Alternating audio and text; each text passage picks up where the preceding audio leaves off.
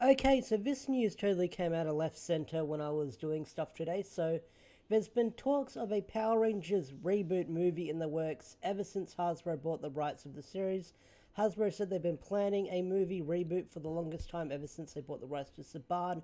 And now we finally have some details on that reboot. So it says Power Rangers reboot in works with creator of End of the Effing World.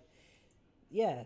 So the guy who did the Netflix series End of the Effing World, I haven't watched it yet. I've heard good things about it from family and friends. I've yet to check it out. It's on my Netflix list. I need to watch it.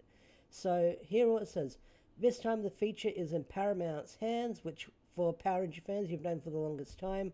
Paramount is handling the sequel this time, not the sequel, the reboot this time, because the Lion Gates movie flopped and Hasbro owns the rights to Paramount or something like that. That's who they work with for movies. So let's read the article. It's morphin time for Jonathan Entwistle. I think that's how you pronounce his name. The filmmaker is. Let's read the article. I'm jumping too fast into it. The filmmaker is perhaps best known for creating the Netflix series End of the Effing World, is taking Power Rangers, a new version of the colorful family adventure franchise, this time set up at Paramount Pictures. Entwistles is in early negotiations to direct a feature project that would reboot the title. So, Entwistle is in early negotiations. So, if negotiations don't fall through, or they don't meet his demands, or Paramount doesn't meet his demands, or whatever, vice versa, then he might not be directing it because stuff can fall through with stuff in the early process of film this early on. Because I get the feeling this isn't even in pre-production; it's just in uh, talking in an office back and forth. So we'll see what else it's got to say. Power Rangers was an United franchise. Yeah, we all know that. Then Disney owned it. Then they had a movie.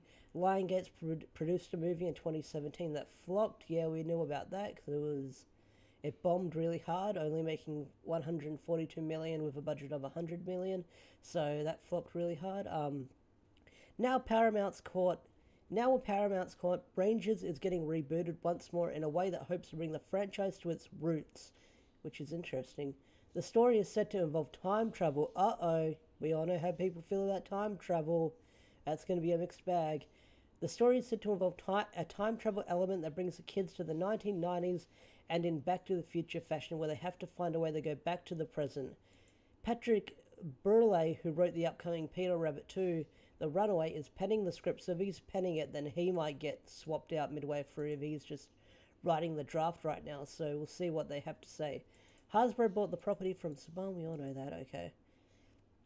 So the time travel stuff. I want to give my words on the time travel.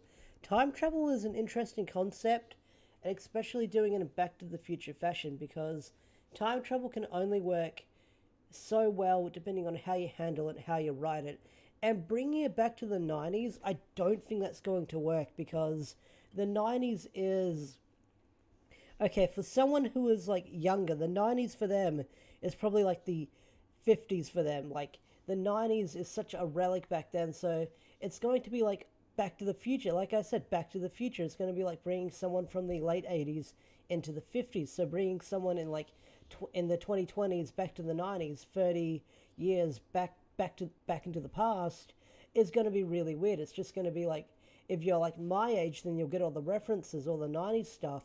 Then you might get that depending on how they handled it. So having it like Back to the Future is going to be like weird, and they're going to have 5 different Marty McFly kids depending on how they handled it. So it's a weird choice. It's a weird choice if that's the way they're going to do it. I mean, Power Rangers now, I don't know who owns the site. I think his name is Michael, I believe. Um, they said it's a wait and see situation. I'm pretty much the same because we know nothing about it. We haven't seen a trailer. This is in very, very early pre-production. But let's keep reading the article.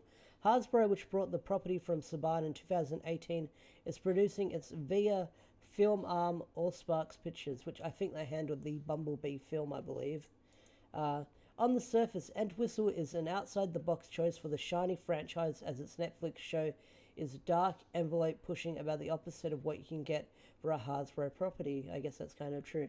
The show, a dark comedy he directed and executive produced, is that debated second season of November. Okay, it's told the growing. Okay, I know what that show's about. End of the Effing Road. I know it's about. I haven't watched it yet. What else do they have to say? Entwistle currently is on in the post. I'm not okay with this. Another neck. What are they going on about now? I guess they're just saying he's doing something else, and yeah. So what are my thoughts on this reboot? Well, like I said a few minutes earlier, it's very wait and see to see what happens because they said it's going to be time travel, like Back to the Future. That can go several ways, good or bad. We do not know yet, and the person penning the script might not be the final guy working on the script. I mean, I haven't seen that Peter Rabbit movie that came out. I forgot it even came out. But if he's penning the script, he could get replaced midway through production. Because from what I've heard from Power Rangers now, is they want to start filming in early 2021 or late 2020 or something like that. And then they want to push the film for 2022. So we'll see what happens eventually, because this movie hasn't even begun filming yet. They probably haven't even started writing the final script yet. They're just doing the draft copies. So you can't really give much thought about it until you just hear the idea and you're like, is that going to be a good idea or not? I don't really know. So for now, I'm very on the fence if this is going to be good or bad. It's just, like I said, a wait and see situation, and we'll wait and see what happens. I mean, we'll have to wait for a trailer and who's going to be cast in the movie. I say give it a few years and get some more updates about this film, because it sounds like this Hollywood Reporter scoop is very, very pre-production. Probably doesn't sound like it's even began yet. Like I said earlier, they're still in talks about it, and even the director, Michael Entwistle, might not even become the director or the director of the film. He could dip out even before it's began, and they could get a brand new creative director and stuff like that, sort of like the 2017 movie, because that had a few creative problems here and there. So we'll wait and see. We'll wait and see what happens eventually. Will it be good or bad? I can't really say yet because we know nothing about the movie. But what are your thoughts on this idea that they're pitching, time travel for a Power Rangers TV show? Do you like it? Do you not like it? Tell me in the comment section down below. I'd love to hear your thoughts. I'd love to hear your opinions. Anyway, guys, for more Power Ranger content, remember to subscribe to the channel and like the video if you enjoyed it. Thanks for watching, and peace out.